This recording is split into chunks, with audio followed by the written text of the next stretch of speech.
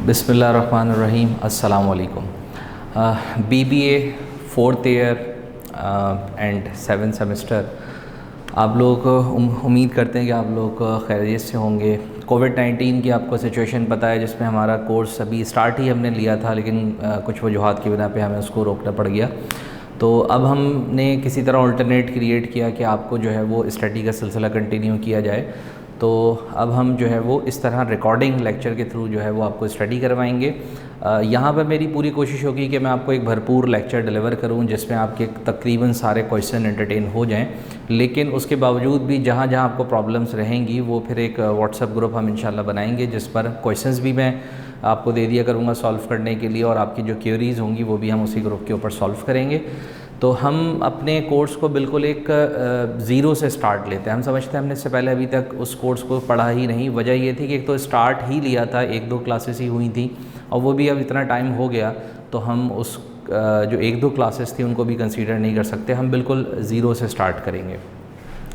Financial management का जो हमारा कोर्स है, जो कि एक बहुत इंपॉर्टेंट आपका कोर्स है फाइनेंशियल मैनेजमेंट का, इसकी जो कोर्स आउटलाइन है वो तो हम लिखवा चुके हैं, वो आपके पास अवेलेबल भी होगी। हम डायरेक्ट जो है उसके चैप्टर से स्टार्ट करते हैं। इसका जो चैप्टर है जो मुझे सबसे स्टार्ट में आपको बताना है वो है रिस्क एंड रिटर्न्स का। रिस्क एंड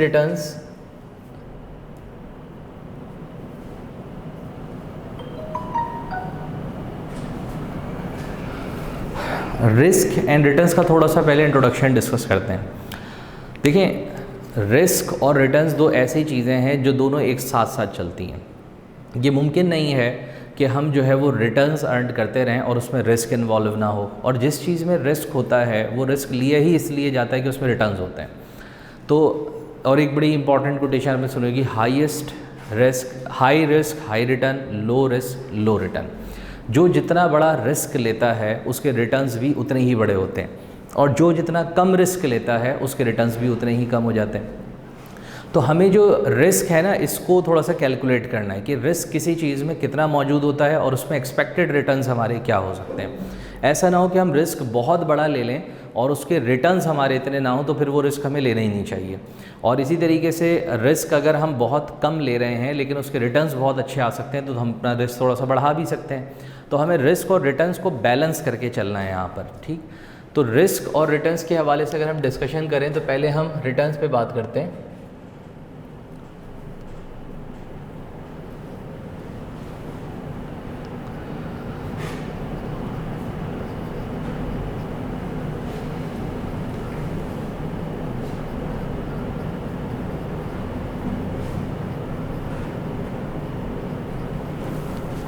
रिटर्न्स जो है ना, आप जब कोई इन्वेस्टमेंट करते हैं किसी भी जगह पर, तो उसके अगेंस्ट में जो अमाउंट आपको मिलता है वो आपके रिटर्न्स कहलाते हैं।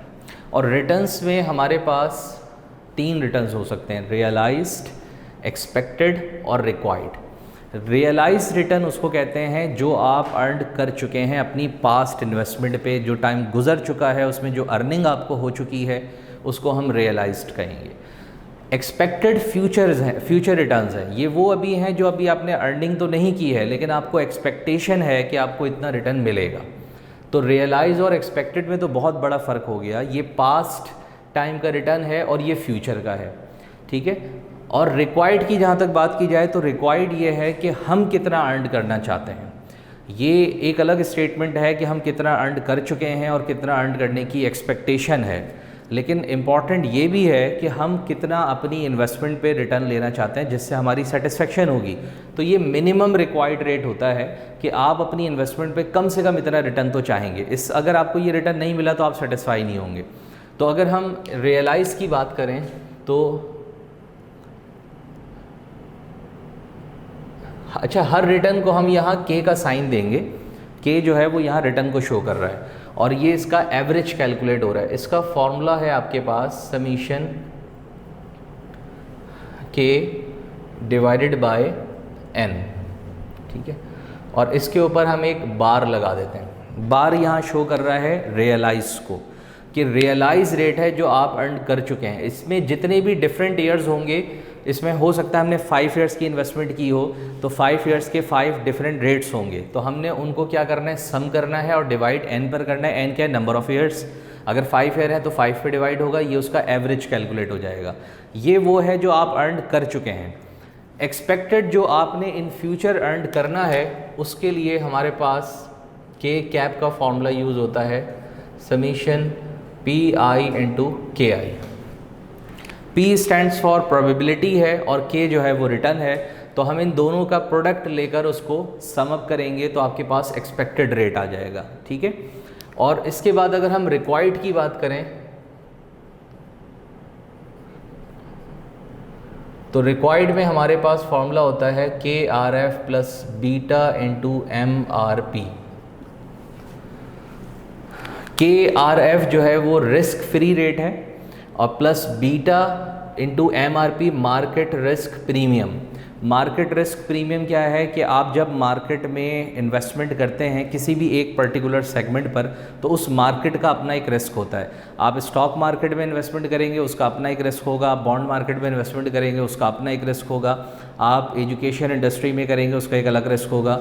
तो मार्केट का जो रिस्क है उसका आपको कुछ प्रीमियम मिलना चाहिए, वो है। और बीटा जो है वो सेंसिटिविटी ऑफ आपकी स्टॉक है। तो इन दोनों को मल्टीप्लाई करवा के जो प्रोडक्ट बनती है उसमें रिस्क फ्री रेट प्लस करते हैं तो हमारी रिक्वायरमेंट का हमें पता लगता है कि हम अपनी इन्वेस्टमेंट पे कम से कम कितना चाहते हैं, कि इतना तो हमें मिलना चाहिए। तो ये 3 डिफरेंट सिचुएशंस हैं और 3 डिफरेंट इसके फॉर्मूलाज मैंने लिखे हैं, एक एक करके हम इनको सॉल्व करना भी सीखते हैं। अच्छा, और साथ साथ हम बात रिस्क पर भी कर लेते हैं। रिस्क जो है वो ये बताता है बेसिकली कि इस इन्वेस्टमेंट के अंदर कितना चेंज नेगेटिव आ सकता है, ठीक है। नेगेटिव चेंज इसमें कितना आ सकता है, आपको रिस्क भी अपना कैलकुलेट करना होगा। अच्छा, वो पॉजिटिविटी पर भी बात जाती है। फॉर एग्जांपल स्टैंडर्ड डिविएशन की एक टर्म आपने सुनी होगी। स्टैंडर्ड डिविएशन क्या करता है, वो ये बताता है कि जो एवरेजेस आपके कैलकुलेट होते हैं वो एवरेज डाइवर्ट कितना कर सकते हैं। अब जितनी बड़ी रेंज होगी डाइवर्जन की उतनी अनसर्टेनिटी बढ़ जाएगी, उतना ही आप गैर यकीनियत का शिकार हो जाएंगे। तो अगर आपको अपना रिस्क कैलकुलेट करना है तो समझ लीजिए आप अपने इस सवाल में स्टैंडर्ड डिविएशन कैलकुलेट करेंगे जो आपका रिस्क फैक्टर बताएगा। वो जितना बड़ा आएगा उतना बड़ा रिस्क हो जाएगा आपका, ठीक। तो हम स्टैंडर्ड डिविएशंस भी कैलकुलेट करना सीखेंगे, हम रिटर्न्स भी इसमें कैलकुलेट करना सीखेंगे। मैं चंद एक एग्जाम्पल क्वेश्चन से इसको सॉल्व करवाता हूँ, आपको समझाता हूँ।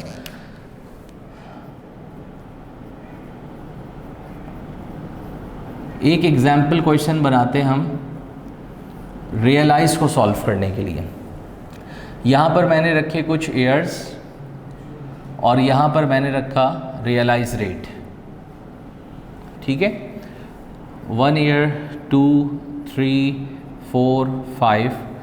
फ़र्ज़ कर लीजिए कि फ़र्स्ट ईयर हमें 20% रिटर्न आया किसी इन्वेस्टमेंट का, नेक्स्ट ईयर हमें 12% रिटर्न मिला, थर्ड ईयर हमें 10% का इसमें लॉस हो गया, और फोर्थ ईयर के अंदर हमें 15% का रिटर्न मिला और फिर हमें 2% का लॉस हो गया। ये मुख्तलिफ 5 वैल्यूज़ हैं जो मैंने यहाँ पर लिखी हैं। माइनस का मतलब इस साल हमें लॉस हो गया और प्लस का मतलब इसमें हमें फ़ायदा हुआ। तो अब हम क्या करेंगे, सबसे पहले तो इसका टोटल कर लेंगे, ठीक है। अब अगर हम इसका टोटल कर लें तो ये बनता है तकरीबन 35%, ठीक है। ये हमारे पास इसका टोटल आ गया। ये के बार जो है वो उसका सम आ चुका है। हमें इसमें एवरेज कैलकुलेट करना है और एवरेज का फॉर्मूला ये आपके सामने लिखा हुआ है। मैं अगर इसी फॉर्मूले को आगे कंटिन्यू करूं तो समीशन के बार, ये के बार है और उसका सम आ रहा है 35, तो आपने यहाँ 35 रखा और एन जो है वो 5 ईयर्स हैं, तो 1, 2, 3, 4, 5। तो 5 ईयर्स में अगर आपने टोटल 35% की अर्निंग की है तो एवरेज आपका बना 7%, यानी पर ईयर आप 7% से अर्निंग कर रहे हैं इस इन्वेस्टमेंट पे। ये आपका आंसर हो गया, ठीक है। तो 5 ईयर्स में जो एवरेज अर्निंग आपको हुई है, क्योंकि देख रहे हैं कभी ज़्यादा कभी कम हुई है, इवन कभी लॉस हो गया, तो हम एवरेज जब हमने कैलकुलेट किया तो तकरीबन हर साल हमें 7% का रिटर्न तो मिल रहा है इस इन्वेस्टमेंट पर। तो ये आपका रियलाइज़ हो गया। अच्छा, ये पेपर पॉइंट ऑफ व्यू से अगर बात करूँ तो रियलाइज़ कम आता है पेपर के अंदर, लेकिन ऑल्दो कि हमारे सिलेबस का हिस्सा ज़रूर है, लेकिन इंपॉर्टेंस अगर देखी जाए तो उसकी थोड़ी कम है। सबसे ज़्यादा इंपॉर्टेंट इसमें एक्सपेक्टेड है, जो पेपर में सबसे ज़्यादा जिसकी रिक्वायरमेंट आती है। तो अब हम जो है वो एक्सपेक्टेड पे बहुत डिटेल में बात करते हैं।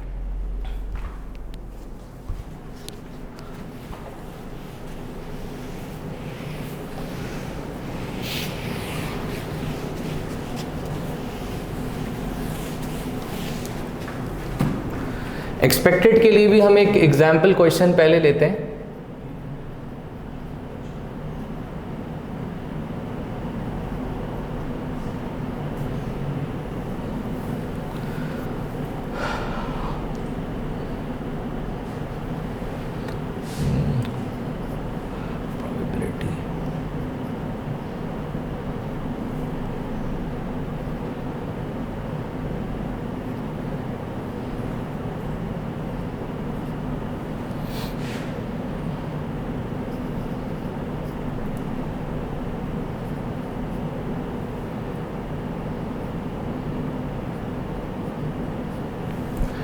तीन सिचुएशंस हमने बनाई हैं, एक है स्ट्रॉन्ग, एक है नॉर्मल और एक है वीक। स्ट्रॉन्ग सिचुएशन अगर होगी तो हमें उसमें इन्वेस्टमेंट पे 80% तक अर्निंग की एक्सपेक्टेशन है, लेकिन इस बात का चांस कितना है कि स्ट्रॉन्ग पोजीशन में हम वर्क करेंगे 0.2 यानी 20%। सिर्फ 20% इस बात का चांस है कि हमारी स्ट्रॉन्ग पोजीशन चल रही होगी, लेकिन अगर स्ट्रॉन्ग पोजीशन हुई तो 80% के रेट पर अर्निंग भी हो रही होगी। इसी तरह वीक पोजीशन में हमें 40% का लॉस हो सकता है, और वीक सिचुएशन आने का चांस कितना है, वो भी 20% है यानी 0.2। लेकिन नॉर्मल सिचुएशन पे वर्किंग अगर हम करें तो उसमें हमारे पास जो है वो 20% का रिटर्न आएगा, और इसमें हमारे पास जो चांस है नॉर्मल का वो 0.6 यानी 60% इस बात का चांस है कि हम नॉर्मल पोजीशन में वर्क कर रहे होंगे और हमें 20% का रिटर्न आ रहा होगा। ठीक है, तो अब ये चूँकि डिफरेंट कंडीशंस पर डिफरेंट रेट्स आ रहे हैं, लेकिन हम ये चाहते हैं कि हमें इन्वेस्टमेंट पर एक एवरेज रेट पता लगे कि तकरीबन हम कितने रेट से अर्निंग कर सकते हैं, तो फिर वहाँ पर हमें कैलकुलेट करना होता है एक्सपेक्टेड एवरेज रिटर्न। तो अब एक्सपेक्टेड रिटर्न निकालने के लिए आप सबसे पहले तो PI इंटू KI करेंगे, यानी प्रोबेबिलिटी को उसके एक्सपेक्टेड रिटर्न से मल्टीप्लाई करेंगे। तो 0.2 को अगर हम 80 से मल्टीप्लाई करवाते हैं तो ये 16 हमारे पास आंसर आएगा, पॉजिटिव आएगा 16, और 0.6 को अगर इस 20 से कराते हैं तो इसका हमारे पास 12 आएगा, और 0.2 को अगर हम 40 से कराएं तो इसका आपके पास 8 आएगा, लेकिन ये माइनस में होगा क्योंकि ये माइनस का साइन मैंने लगाया हुआ था, लॉस हो रहा है, और लॉस होने का चांस 0.2 है, तो आपका आंसर बना 8। तो अब अगर हम इसका टोटल कर लें तो ये टोटल बन रहा है 20। तो हमारे पास एक्सपेक्टेड रेट ऑफ रिटर्न,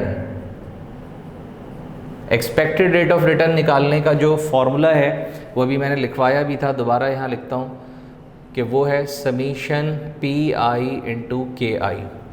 अब आप देख सकते हैं कि PI इंटू KI का जो सम है वो 20 आ रहा है, तो डायरेक्ट आप ये 20 यहाँ रिपोर्ट करें, तो इसका मतलब आपका जो एक्सपेक्टेड रेट है इस इन्वेस्टमेंट का वो 20% आ रहा है। यानी अगर आप इस स्टॉक में इन्वेस्टमेंट करते हैं जिसकी डिफरेंट कंडीशंस के ऊपर डिफरेंट रेट्स आ रहे हैं, तो एवरेज आपको 20% का रिटर्न मिलने की तवक्का है इस पर। ठीक है, अब आप डिसीजन मेकिंग की अगर बात करें कि क्या हमें इसमें इन्वेस्टमेंट करनी भी चाहिए या नहीं करनी चाहिए, तो 20% हमने एक्सपेक्टेड तो निकाल दिया कि इस स्टॉक से हमें 20% मिलेगा, लेकिन इसके लिए हमारी अपनी रिक्वायरमेंट भी देखना ज़रूरी है कि हम इस पर कितना लेना चाहते थे। उसके लिए फिर हमें रिक्वायर्ड रेट पर जाना पड़ेगा, लेकिन वो हम आगे डिस्कस करेंगे। फ़िलहाल हम ये देखते हैं कि हमें इस स्टॉक पर 20% का रिटर्न एक्सपेक्टेड है, मिल रहा है, लेकिन सिर्फ एक्सपेक्टेड जो रेट्स हैं जो आपको मिल रहे हैं ये इंपॉर्टेंट नहीं होते।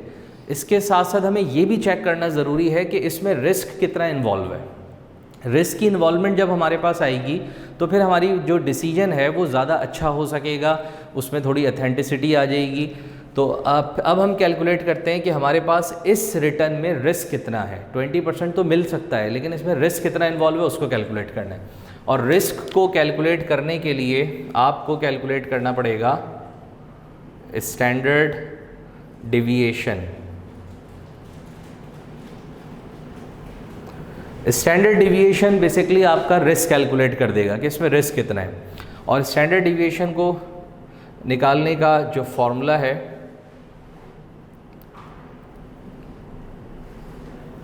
वो summation PI into KI minus K cap का होल स्क्वायर, ये इसका फॉर्मूला है स्टैंडर्ड डिविएशन को निकालने का। और इस फॉर्मूले को सॉल्व करने के लिए कुछ डाटा हमें चाहिए होगा जो कि हम इसी से ड्राइव करेंगे। सबसे पहले अगर आप देखें तो मैं एक कॉलम बना रहा हूँ जिसमें हम के आई माइनस के कैप करेंगे। अब के आई आपके पास ये 80 है और माइनस के कैप यानी एक्सपेक्टेड रेट कराना है जो कि 20 है, तो आपके पास रिजल्ट आ रहा है 60। इसी तरह सेकंड के आई आपके पास 20 है और माइनस इसमें से कराना है आपको एक्सपेक्टेड रेट और वो भी 20 ही है, तो ये आ रहा है आपके पास 0। और उसके बाद थर्ड में आपके पास के आई माइनस का 40 है और उसमें से माइनस भी एक्सपेक्टेड कराना है जो कि 20 है, तो ये आंसर आ रहा है माइनस का 60। अब नेक्स्ट हमें इसका स्क्वायर करना है, के आई माइनस के कैप स्क्वायर करेंगे तो आप जस्ट ये 60 है, इसका अगर आप स्क्वायर कर लें तो ये आपके पास 3600 है, 0 का स्क्वायर 0 ही रहेगा और माइनस 60 का करेंगे तो ये भी प्लस का 3600 हो जाएगा। स्क्वायर लेने से माइनस भी प्लस बन जाता है। अब आप इन दोनों को अगर ऐड कर लेंगे तो ये 7200। अच्छा, इसके सॉरी टोटल की आपको नीड नहीं होगी क्योंकि हम अभी इस सिचुएशन पे पहुंच चुके हैं, हमने ये सॉल्व कर लिया है, के आई माइनस के कैप स्क्वायर कर लिया। अब इन सबको हमें मल्टीप्लाई करवाना है पी से 1 बाय 1, तो अब हम निकालेंगे पी आई इंटू के आई माइनस के कैप होल स्क्वायर। अब इस 3600 को हम 0.2 से मल्टीप्लाई करवाएंगे, तो 3600 को अगर हम 0.2 से मल्टीप्लाई करें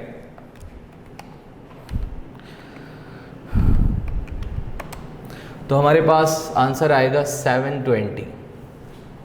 ठीक है, इसी तरीके से फिर अब हमारे पास ये 0 आ रहा है, 0 को 0.6 प्रोबेबिलिटी से मल्टीप्लाई कराएंगे तो ये 0 ही हो जाएगा और फिर 3600 को 0.2 से कराएंगे तो आपके पास अगेन 720 आएगा और 720 और ये 0 है, इसका अगर आप टोटल कर लें तो ये 1440 बन जाएगा।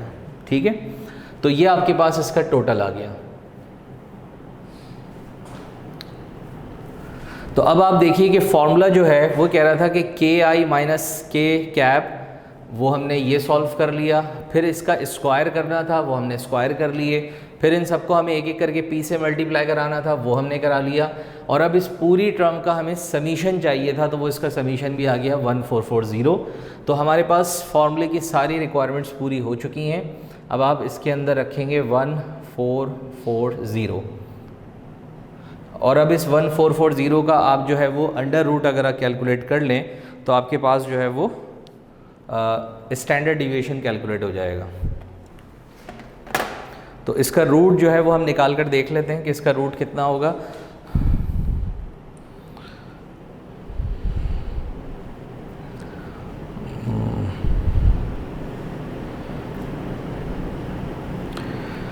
अंडर रूट 1440, तो इसका रूट आ रहा है हमारे पास 37.95। ये हमारे पास स्टैंडर्ड डिविएशन आ गया।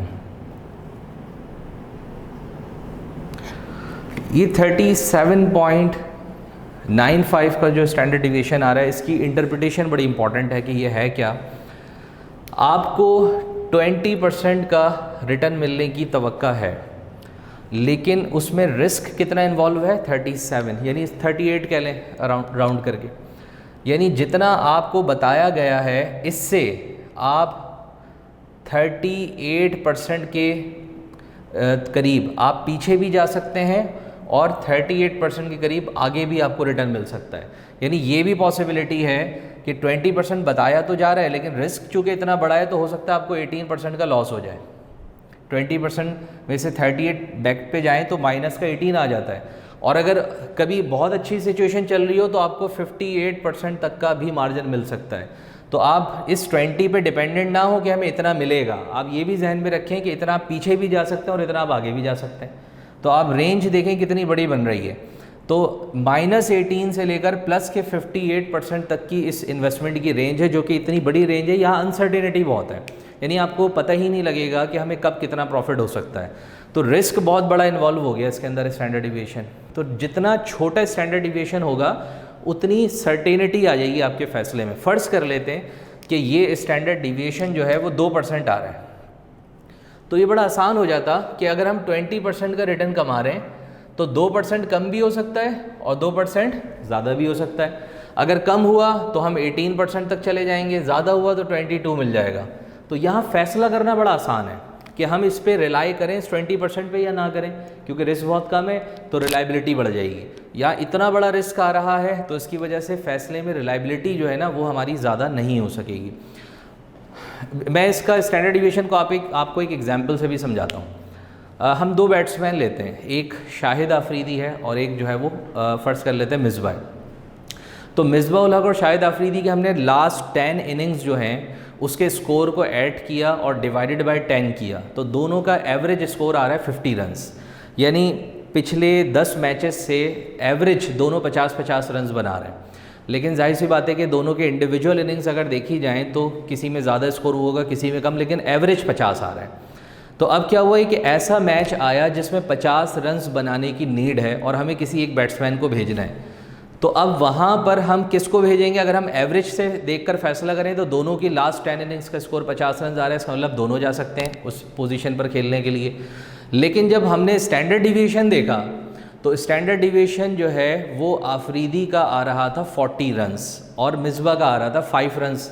मतलब ये हुआ कि 50 रन्स अगर बनाते हैं तो आफरीदी -40 और +40, यानी हो सकता है कि वो सिर्फ 10 रन्स पे ही आउट हो जाए और हो सकता है 90 तक चला जाए, ठीक है। लेकिन अगर मिसबा का स्टैंडर्ड डिविएशन से 5 रन्स आ रहा था तो इसका मतलब ये है कि वो 5 पीछे जाएं तो 45 तक बनाएगा और 5 आगे जाएं तो 55 तक बनाएगा।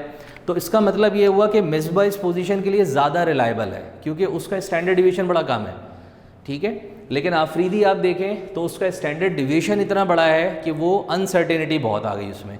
तो इसका मतलब ये हुआ कि हम सिर्फ एवरेज की बेस पर फैसला नहीं कर सकते, हमें उसका स्टैंडर्ड डिविएशन साथ उसके लगाकर देखना ज़रूरी होता है ताकि हमारे फैसले के अंदर जो है वो सर्टेनिटी आ सके, ठीक है।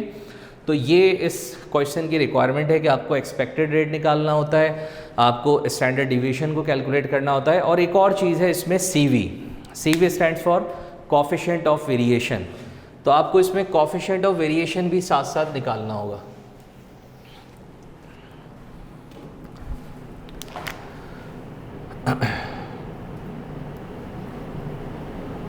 Coefficient of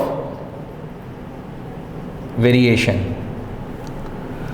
coefficient of variation निकालने के लिए जिसको हम CV कह रहे हैं, फॉर्मूला जो है वो standard deviation divided by expected rate होता है।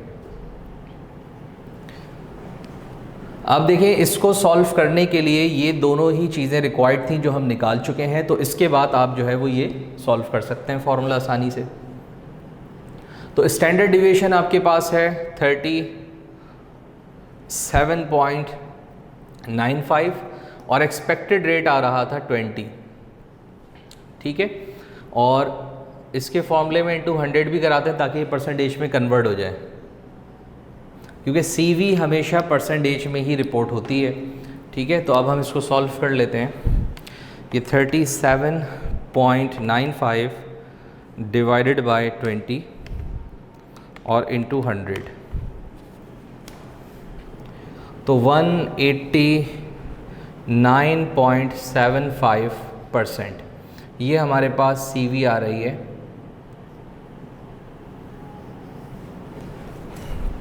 ठीक है। इसका मतलब ये है कि अगर हमें 100% रिटर्न मिले तो हम 190% के करीब उसमें वेरिएशन भी आएगी हमारी, वो ज़्यादा भी हो सकता है और कम भी हो सकता है। यानी उस वेरिएशन को हम परसेंटेज में अगर कन्वर्ट कर दें तो वो आपकी CV बन जाएगी, ठीक है। तो ये आपका जो है वो एक्सपेक्टेड रेट वाला पार्ट जो है वो भी मुकम्मल हुआ। अच्छा, अब इसमें डिसीजन मेकिंग की जो मैं बात कर रहा हूँ, डिसीजन तो आपको तब लेना होगा अगर जैसे आप एक इन्वेस्टमेंट कर रहे हैं तो एक इन्वेस्टमेंट के ऊपर आपको CV की ज़रूरत नहीं पड़ेगी। CV की ज़्यादा ज़रूरत तब पड़ती है जब आपके पास ऑप्शन हो कि आप 2 या 3 जगह पर इन्वेस्टमेंट के आपके पास प्रपोजल्स मौजूद हों और उसमें से किसी एक जगह आपको इन्वेस्टमेंट करनी हो। तो फिर CV सबसे ज़्यादा हेल्पफुल होती है और फिर वो आपको बताती है कि आपको इनमें से किस में इन्वेस्टमेंट करनी चाहिए। अभी मैंने ये एक सिचुएशन बनाकर दी है, इसी तरह दूसरी सिचुएशन भी बन सकती है और तीसरी सिचुएशन भी इसके अंदर बन सकती है, ठीक है। तो एक्सपेक्टेड रिटर्न हमने एक सिचुएशन के ऊपर कैलकुलेट कर लिया है। अब हम आते हैं नेक्स्ट के ऊपर, और जो कि हमारा है required rate of return. Required rate of return के लिए जो मैंने फॉर्मूला आपको लिखवाया था उसको मैं यहाँ रिपीट करता हूँ।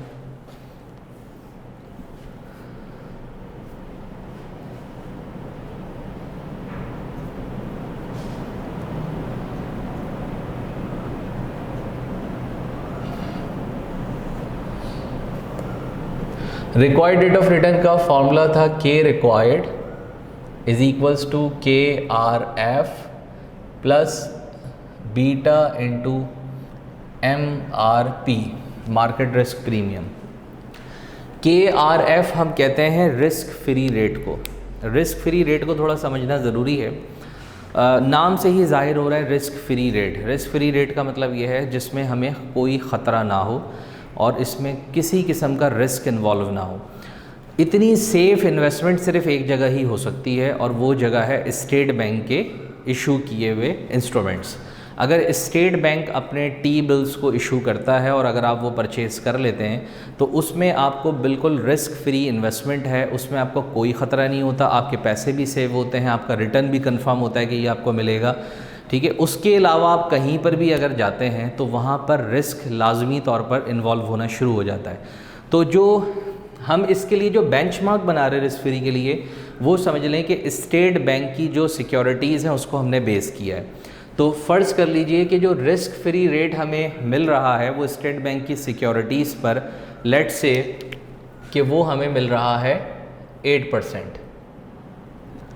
कि अगर हम 8% की रिटर्न्स चाहते हैं तो सबसे सेफ इन्वेस्टमेंट है कि आप स्टेट बैंक की सिक्योरिटी को परचेज़ कर लें। आप इसकी एग्जांपल इस तरह ले लें कि आपके पास 1 लाख रुपीस मौजूद हैं और आप उसको इन्वेस्ट करना चाह रहे हैं। स्टेट बैंक कहता है हमारे पास अगर आप इन्वेस्ट करें तो आपको 8% का रिटर्न मिल जाएगा। आपका एक फ्रेंड आता है और वो आपसे कहते हैं भाई मुझे एक बिज़नेस खोलना है और मुझे उस बिज़नेस के लिए इन्वेस्टमेंट की नीड है और अगर तुम मेरे साथ मिल जाओ और मेरे उस बिज़नेस पे इन्वेस्टमेंट कर दो तो मैं भी तुम्हें 8% रिटर्न दूंगा, ठीक है। अब बिज़नेस वो किसी भी चीज़ का कर सकता है। अब आपके पास फैसले का वक्त आ गया है कि आप उस 1 लाख रुपए को स्टेट बैंक में लगा दें या अपने फ्रेंड को इन्वेस्टमेंट के लिए दे दें। दोनों सेम रिटर्न ही बता रहे हैं। वो कह रहे हैं मैं 8% देता हूँ और जो आपका फ्रेंड है वो भी 8% कह रहा है। तो अब आपको फैसला करना है कि आप किसके पास इन्वेस्ट करेंगे। तो डेफिनेटली आप स्टेट बैंक के पास चले जाएंगे फ्रेंड को छोड़कर। और उसकी वजह क्या है? वजह यह है कि फ्रेंड का बिज़नेस अनसर्टेन है, फ्रेंड का रिटर्न देने में डिफ़ॉल्ट का ख़तरा हो सकता है, पैसे भी डूब सकते हैं, बिज़नेस हो सकता है ना चले, 10 प्रॉब्लम्स हो सकती हैं। लेकिन स्टेट बैंक में हर तरह से आपके जो पैसे हैं वो सेव हैं। एक ही सूरत होगी फ्रेंड के पास जाने की, और वो सूरत क्या है कि जब आपका फ्रेंड आपको कहे कि तुम्हें वहाँ तो 8% मिल रहा है, मेरे पास आओगे मैं 20% का रिटर्न दे दूँगा तुम्हें। यानी इतना हाईएस्ट रेट अगर वो डिमांड आपको कर दे तो फिर आप सोचने पे मजबूर होंगे, चूँकि हमारा रिस्क बहुत ज़्यादा है इसके अंदर, तो फिर हमें रिटर्न्स भी अच्छे मिल रहे हैं। तो आप रिटर्न्स ज़्यादा लेना अगर चाह रहे हैं तो वो ऐसा तभी होगा, रिटर्न्स आपको अच्छे वो तभी डिमांड करेगा जब उसके पास रिस्क होगा। अगर उसके पास रिस्क ना होता तो वो आपको इतनी डिमांड भी नहीं करता। आपने अक्सर देखा होगा कि एक जो न्यूज़ चैनल्स हैं उससे लोग दूसरे न्यूज़ चैनल पर चले जाते हैं, लेकिन वो कभी कभी ऐसा भी होता है कि वो किसी कम रेटिंग वाले चैनल के ऊपर भी चले जाते हैं, लेकिन वहाँ पर फिर उनको पैकेज बहुत ज़्यादा डिमांड हो रहा होता है, तभी वो जाते हैं क्योंकि वो रिस्क ले रहे होते हैं कि पता नहीं वो चले ना चले, वहाँ पर उनका प्रोग्राम चले या ना चले, तो फिर उनको रिवर्स भी आना पड़ सकता है। तो हमें रिस्क की इन्वॉल्वमेंट देखना ज़रूरी होती है कि रिस्क कितना इसके अंदर इन्वॉल्व हो रहा है, ठीक है। तो 8% जो है वो रिस्क फ्री आपके पास रेट आ रहा है, प्लस बीटा जो सेंसिटिविटी ऑफ स्टॉक बताता है। यानी सेंसिटिविटी ऑफ स्टॉक ये है कि मार्केट में जो चीज़, मार्केट में जितना रिस्क है, आपका स्टॉक उस मार्केट का कितना इन्फ्लुएंस अपने ऊपर लेता है, ठीक है। मार्केट में अगर कोई चेंज आता है तो उसका आपके ऊपर कितना असर आएगा, तो ये आपको बीटा से, आपकी सेंसिटिविटी से पता लगेगा। फ़र्ज़ कर लीजिए कि उसका आंसर है 1.2। 1.2 का मतलब ये है कि जितना मार्केट में चेंज आएगा उसका 1.2 टाइम्स आपके अपने स्टॉक के ऊपर उसका असर आएगा। तो और मार्केट रिस्क प्रीमियम जो है वो हम एज्यूम कर लेते हैं कि वो 5 है।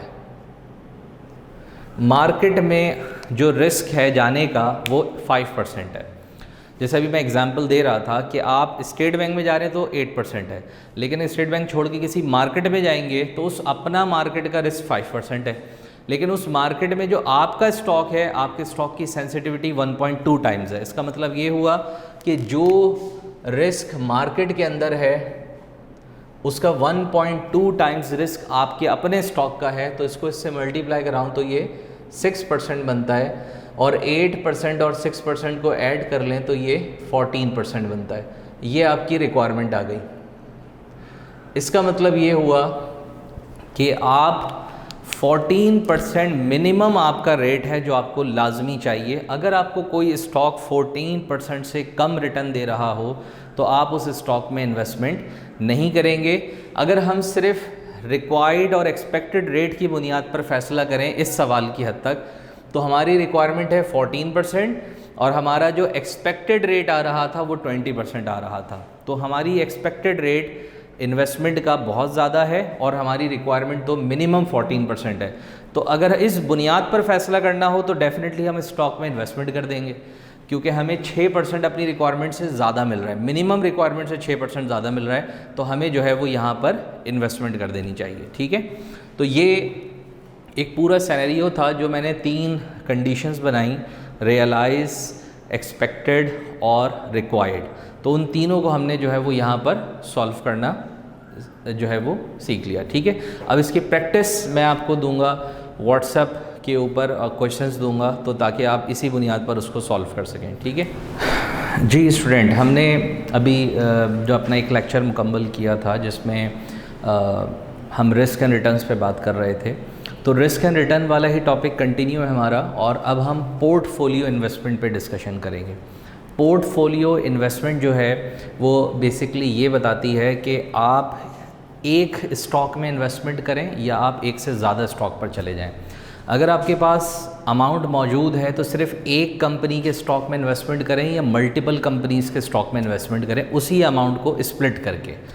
एक बड़ी मशहूर एग्जांपल आपने सुनी होगी कि don't put your all eggs in one basket, यानी अपने एक बास्केट में सारे एग्स को नहीं डालना चाहिए। उसकी वजह देखें, बड़ी सिंपल है कि अगर वो बास्केट ड्रॉप आउट होता है, गिरता है, तो आपके सारे एग्स चले जाएंगे। लेकिन अगर आप उसको डिवाइड करके मुख्तलिफ हिस्सों में ले जाएंगे तो अगर एक ड्रॉप होगा तो बाकी तो कम से कम बचे हुए होंगे।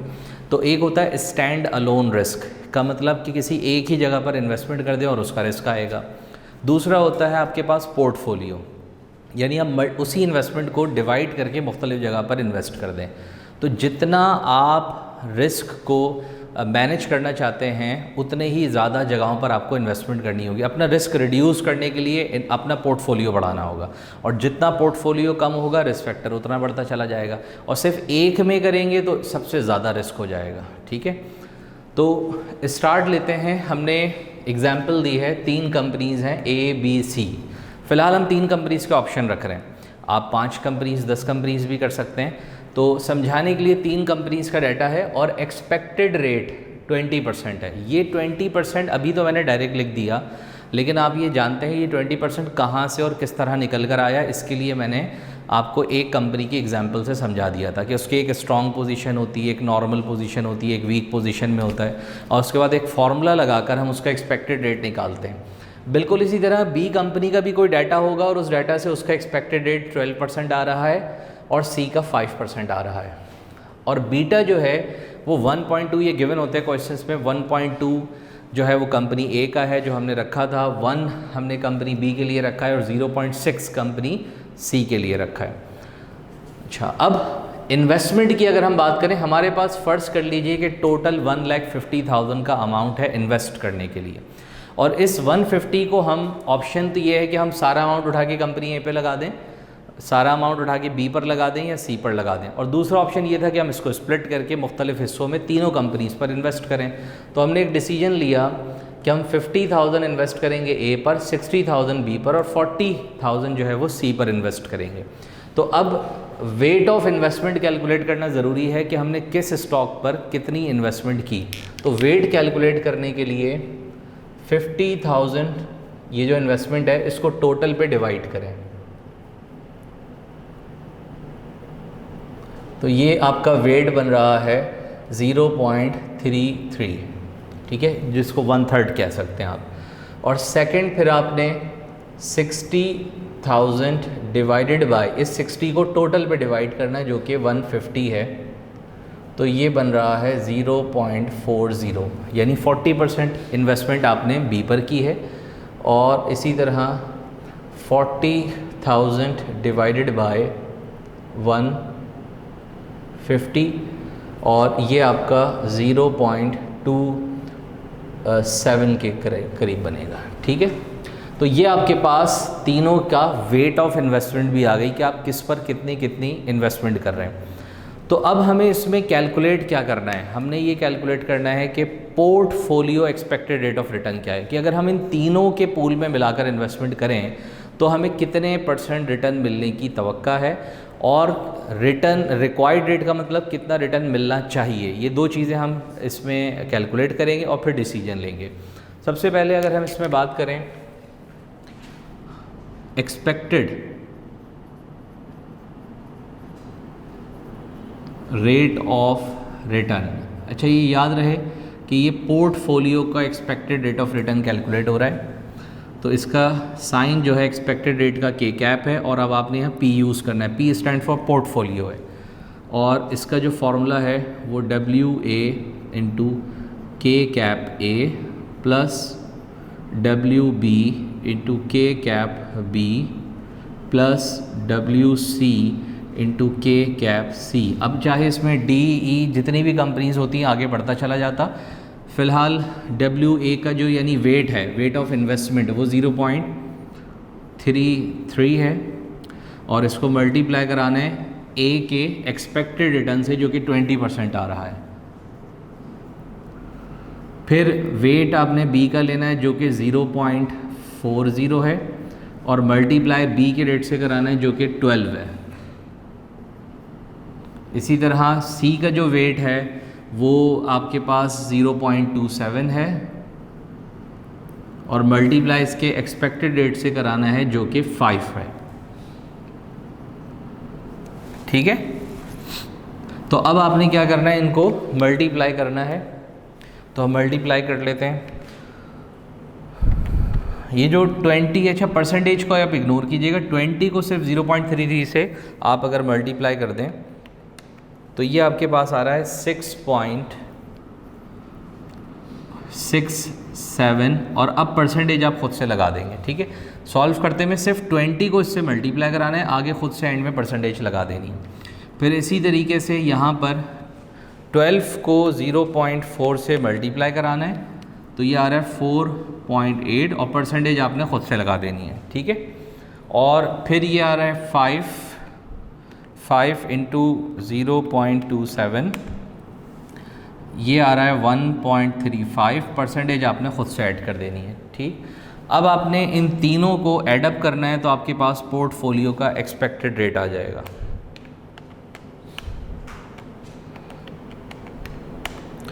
तो ये आ रहा है 12.82, और आ गए परसेंटेज लगा दें, ये आपके पास पोर्टफोलियो का एक्सपेक्टेड रेट आ गया। पोर्टफोलियो एक्सपेक्टेड रेट ये बता रहा है कि अगर आप इन तीनों स्टॉक्स में इन्वेस्टमेंट करें एट अ टाइम, ठीक है, और कितनी कितनी करें उसके अमाउंट्स यहाँ पर मेंशन है, तो आपको 12.82% का रिटर्न मिलने की एक्सपेक्टेशन है इस पूरे पोर्टफोलियो से।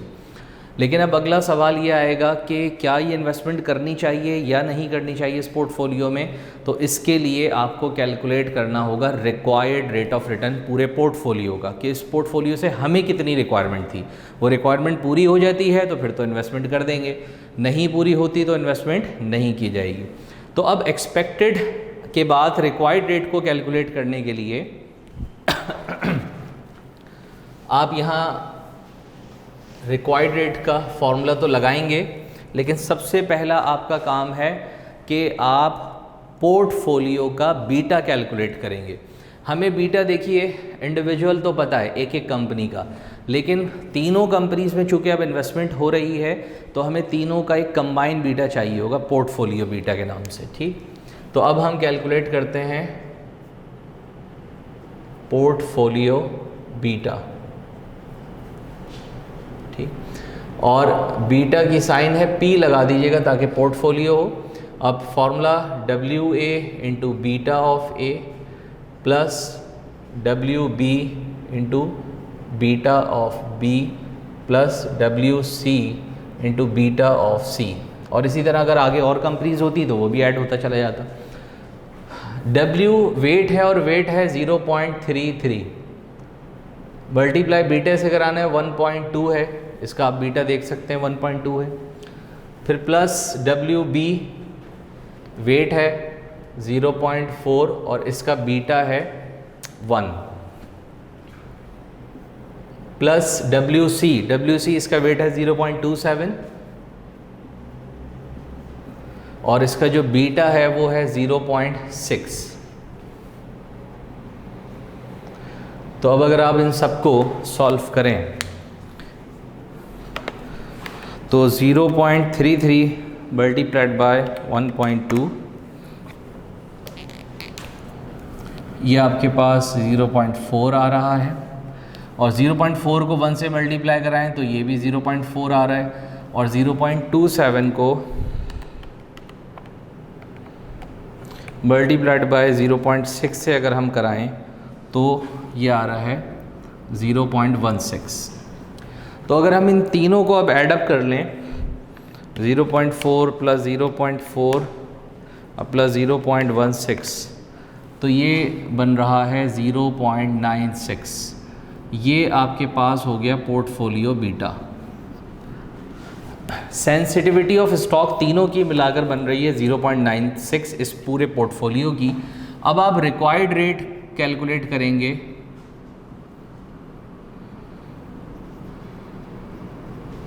Required rate of return portfolio का ना, तो रिक्वायर्ड रेट पोर्टफोलियो का निकालने का जो फॉर्मूला है वो KRF प्लस बीटा, लेकिन ये बीटा पोर्टफोलियो का होगा, और MRP market risk premium. KRF हमारे पास 8% था इस क्वेश्चन में जो लास्ट टाइम हमने एग्जांपल ली थी। पोर्टफोलियो बीटा हमने अभी निकाला 0.96 और मार्केट रिस्क प्रीमियम 5% था। अब आप 0.96 को 5 से मल्टीप्लाई करवाएंगे तो ये आ रहा है 4.8 और इन दोनों को ऐड कर देंगे तो 12.8 आ गया। ये आपकी मिनिमम रिक्वायरमेंट है इस पूरे 3 कंपनीज़ के पोर्टफोलियो से कि आपको अगर ये तीनों कंपनीज़ मिलाकर कम से कम 12.8% देती हैं तो आप इसमें इन्वेस्टमेंट करेंगे, अदरवाइज़ नहीं करेंगे। लेकिन अब आप गौर करें, रिक्वायरमेंट आ रही है 12.8 की और जबकि एक्सपेक्टेशन है 12.82 की, यानी ये 12.80 है और वो 82 है। तो इट्स मीन कि हमारी एक्सपेक्टेशन हमारी रिक्वायरमेंट से थोड़ी सी ज़्यादा ही है। अगर इतना भी मिल जाता तो भी हम इन्वेस्टमेंट कर देते, क्योंकि ये मिनिमम रिक्वायरमेंट है, इससे नीचे तो नहीं जा सकता, इससे ऊपर ज़रूर जाया जा सकता है। तो एक्सपेक्टेशन हमारी इससे थोड़ी सी ऊपर है। इसका मतलब ये हुआ कि हम इन तीनों कंपनीज़ के पूल में इन वेट्स के साथ इन्वेस्टमेंट कर सकते हैं, तो हमें जो है वो हमारा रिक्वायर्ड रेट मिल जाएगा। ठीक है, तो ये जो है वो आपके पास आप समझ लीजिए कि हमने इंडिविजुअल स्टॉक्स पे भी बात करना, इसमें देख लीजिए किस तरह इंडिविजुअल स्टॉक के ऊपर हम इन्वेस्टमेंट करते हैं और उसका डिसीजन लेते हैं, और अगर एक पूरा पोर्टफोलियो हमें मिल जाए तो उस पर किस तरह से इन्वेस्टमेंट करके जो है करनी चाहिए और डिसीजन लेना चाहिए। तो होपफुली कि आपको ये सारा कॉन्सेप्ट जो है वो क्लियर हो चुका होगा। लेकिन एक और इम्पॉर्टेंट बात इसके अंदर ये है कि हमने इस वक्त आपके कॉन्सेप्ट तो क्लियर करने की कोशिश की है, बट इसकी प्रैक्टिस इससे ज़्यादा इम्पॉर्टेंट है। आप जितनी प्रैक्टिस करेंगे उतना ही आपको समझ में आएगा। ब्रिगम की बुक जो है वो हम फॉलो कर रहे हैं, एडिशन उसका 10th है, ब्रिगम 10th एडिशन। तो उसके अगर आप बुक में जाकर ये क्वेश्चंस प्रैक्टिस करें, उसमें काफ़ी सारे क्वेश्चंस दिए हुए हैं। शुरू के अगर आप 10 to 15 क्वेश्चंस प्रैक्टिस कर लें तो आपकी अच्छी प्रैक्टिस हो जाएगी। और उन तमाम क्वेश्चंस को सॉल्व करने में अगर आपको कोई डिफ़िकल्टी आती है तो फिर उसके लिए जो हमारा सोल्यूशन है व्हाट्सएप ग्रुप का, उसके ऊपर हम उसको कंसीडर कर सकते हैं, ठीक है। तो लेकिन यहाँ पर हम जो है वो क्वेश्चंस की तरफ फ़िलहाल नहीं जाएंगे, हम अपने लेक्चर्स की तरफ ही रहेंगे। क्वेश्चन हम इंशाल्लाह उसको व्हाट्सएप ग्रुप के अंदर जो है वो आपका सॉल्व करेंगे। अच्छा, जब आप करने जा रहे होंगे तो आपको हो सकता है क्वेश्चन की अंडरस्टैंडिंग में भी प्रॉब्लम आए। समटाइम ऐसा होगा कि हमने यहाँ पर एक सिनेरियो डेवलप करके क्वेश्चन को सॉल्व किया है, लेकिन जब आप पढ़ेंगे तो वो सिनेरियो आपको खुद पिक करना पड़ेगा। तो हो सकता है उसमें आपको कोई डिफ़िकल्टी आए, और डेफिनेटली मेरे जहाँ तक अंदाज़ा है आपको आएगी। तो उसमें आपने क्या करना है, उसमें आपने क्वेश्चंस को अच्छे से रीड आउट करना है, और उसकी रीडिंग में एक एक पॉइंट उसका बड़ा इंपॉर्टेंट होता है। एक एक पॉइंट को आप सही से कंसीडर करें। जहाँ आपको लगता है कि आपको जो है वो पॉइंट क्लिक नहीं कर रहा, फ़ौरी तौर पर आप उसमें रब्ता करें व्हाट्सएप के ऊपर, और इंशाल्लाह मेरी कोशिश होगी कि मैं जितनी जल्दी आपको उसका रिप्लाई कर सका उतनी जल्दी करूँगा, ठीक है। और हमारे जो एक वीक है उसके अंदर हमने कोशिश की कि एक टॉपिक को हम मुकम्मल करें, और उसी वीक के अंदर उससे रिलेटेड तमाम जो आपको असाइनमेंट्स मिलेंगे वो आप सॉल्व करें। अगर आपने एक वीक के अंदर मुकम्मल नहीं किया और दूसरे वीक में जाकर करेंगे तो सेकंड वीक के अंदर हमारा नेक्स्ट असाइनमेंट आ चुका होगा और मुझे फिर उसके रिप्लाई करने होंगे। तो कोशिश कीजिएगा कि एक वीक के अंदर जो आपको असाइनमेंट मिल रहा है वो आप एक वीक में ही कंप्लीट करें, उसको नेक्स्ट वीक पर ना जाने दें। जो अभी आपको जो इस कमिंग वीक का मिल रहा है रिस्क एंड रिटर्न्स का, जैसे मैंने कहा तकरीबन 10 to 15 क्वेश्चंस के अराउंड जो है वो आप इसमें सॉल्व करें, और सॉल्व करके मुझसे फ़ौरी तौर पे रब्ता करें। नेक्स्ट वीक के ऊपर ना जाने दीजिएगा इस सारी चीज़ों को, ठीक है। तो ये है, होपफुली कि आपको सारे कंसेप्ट जो है वो क्लियर हो चुके होंगे, और जब आप प्रैक्टिस करेंगे तो मज़ीद भी होगा। अभी तो हमने सिर्फ एक चैप्टर पे बात की है, अब जो हमारा इसके बाद नेक्स्ट चैप्टर होगा जो कि बॉन्ड वैल्यूएशन के नाम से हमारा वो चैप्टर होगा, तो इंशाल्लाह ताला उस पर हम नेक्स्ट क्लास के अंदर, नेक्स्ट सेशन के अंदर डिस्कशन करेंगे। Thank you.